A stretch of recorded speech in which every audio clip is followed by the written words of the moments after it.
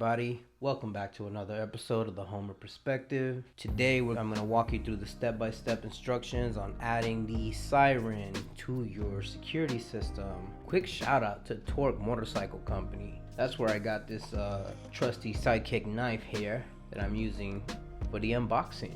Go ahead and copy you guys one on their website. If you use Marvel Kids discount code, you can get 15% off. So shout out to Marvel Kids, it was awesome. I love riding with this knife. It's a quick little profile, it's nice. Now back to the video. So I have a 2020 StreetBob and it came equipped with the security system. However, the security system is silent for whatever the reason. They didn't include a siren to it. So I went ahead and purchased a siren from Harley Davidson website. That's part number 68958. This is going to be the Siren second edition.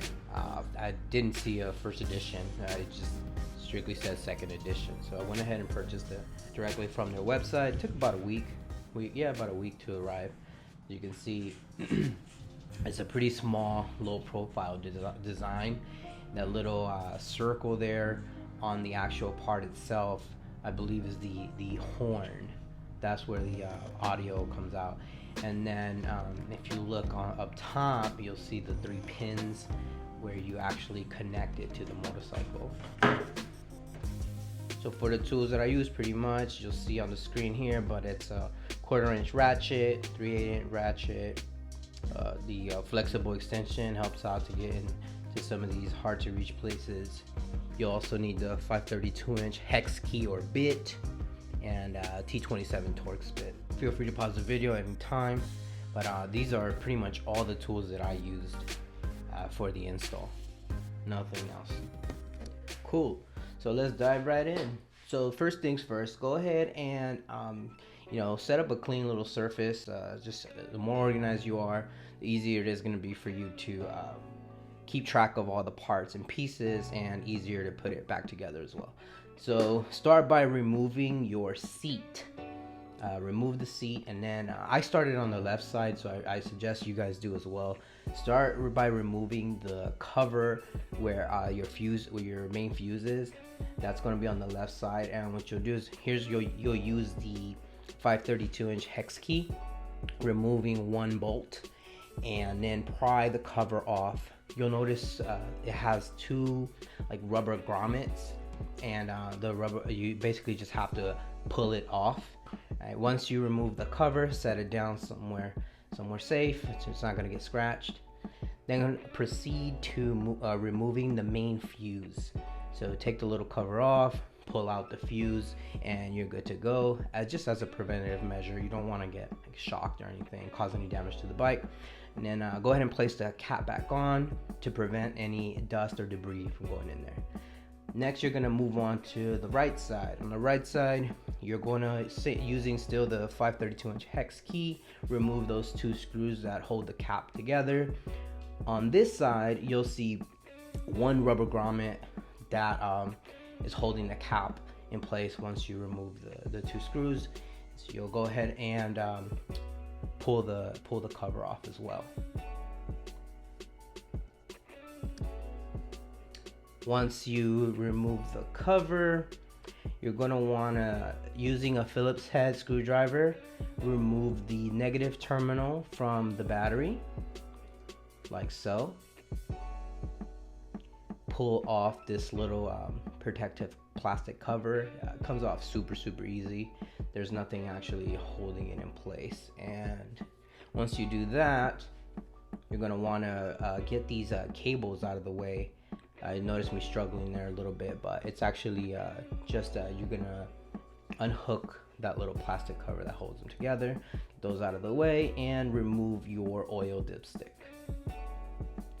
Once you remove the oil dipstick, you're gonna wanna ensure that you cover the hole, so again, no debris or dust goes in there, using a paper towel, and then get that out of the way. And let me show you guys right here.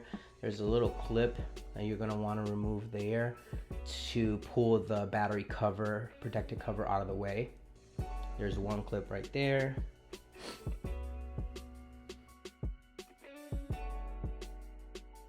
And there's another clip above right there to the left. You're just gonna want to unhook that as well and carefully dislodge and remove the cover.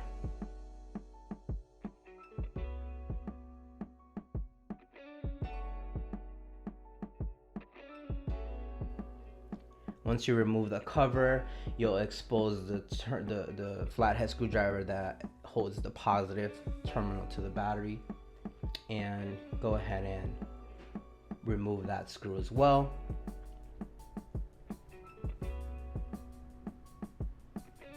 Pretty straightforward so far.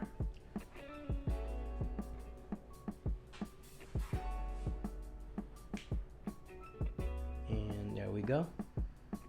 Alright, so here you'll see that I placed a microfiber towel over my exhaust, and just because I needed to use I used the flathead screwdriver as leverage to dislodge the battery, and you'll see me struggling here a little bit, but eventually just with some wiggle waggle you can get it loose and pull it out. Just so you know, be careful, but the microfiber cloth is there so that I wouldn't scratch my exhaust.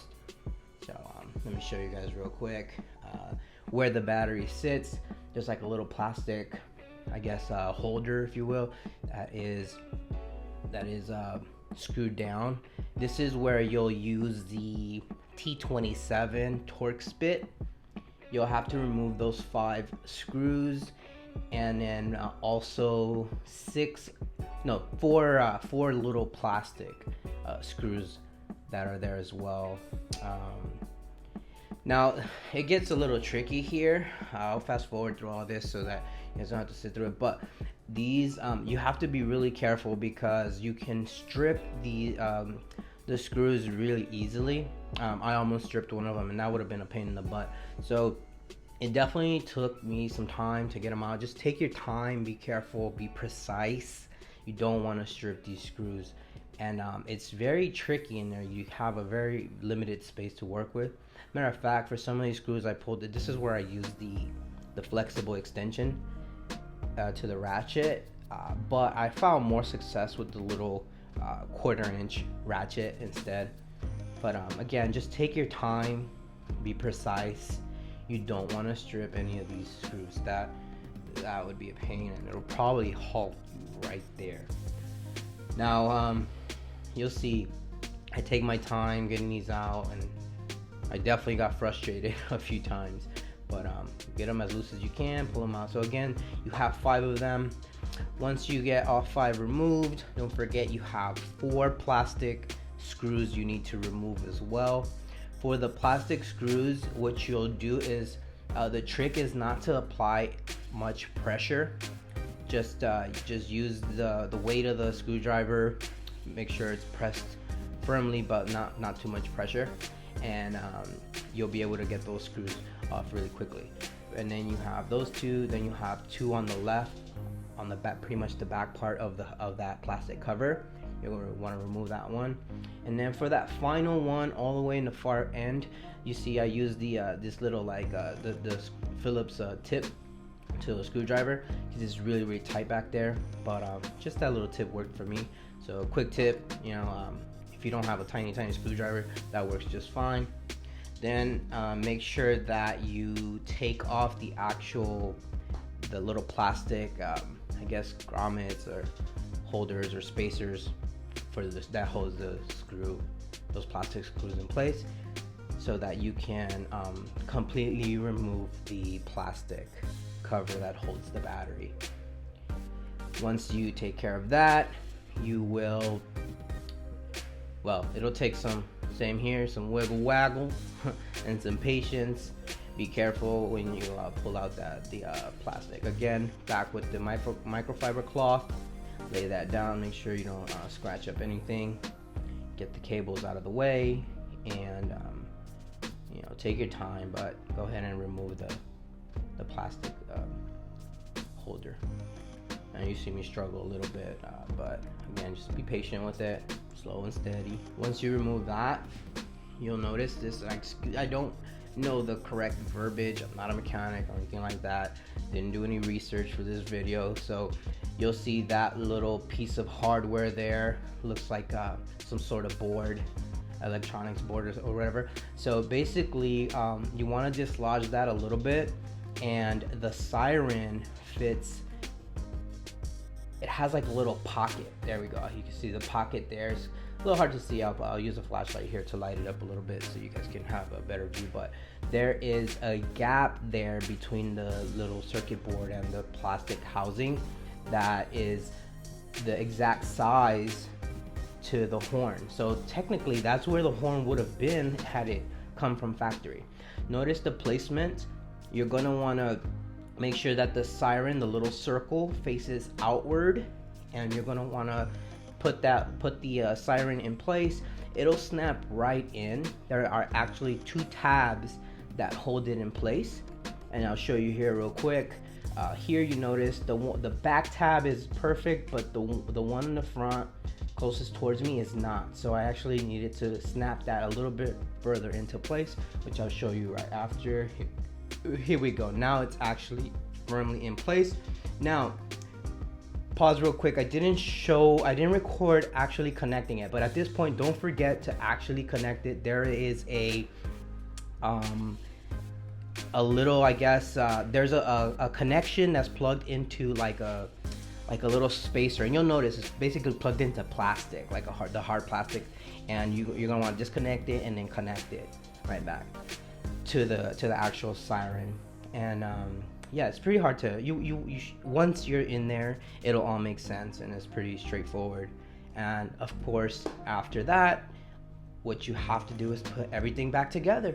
So just repeat the steps in the order that you did. So put the cover, put the little holder back, put the battery in, place the make sure you put all the bolts in, of course, put the cover on, and connect the terminals. You'll start with the positive in this case, then dump the negative, yeah, and just make sure you put everything back in the way that you found it. Now stay tuned for the rest of the video so you can see how it sounds after. If someone tampers with the motorcycle or moves it, right, it'll chirp once, and then they do it again, it'll chirp again, and then finally the horn will go on. My favorite part is like kind of like with a vehicle. You set the alarm, you get that chirp, lets everyone know that it lets you know that it's on, and then lets everyone else know also that it has an alarm. So I'll show you guys here once I complete putting everything back together, how it sounds. So yep, so again, go back, moving on to the other side, you're gonna put the fuse back in, slide that back in place, put the cover in, tighten the hex bolt,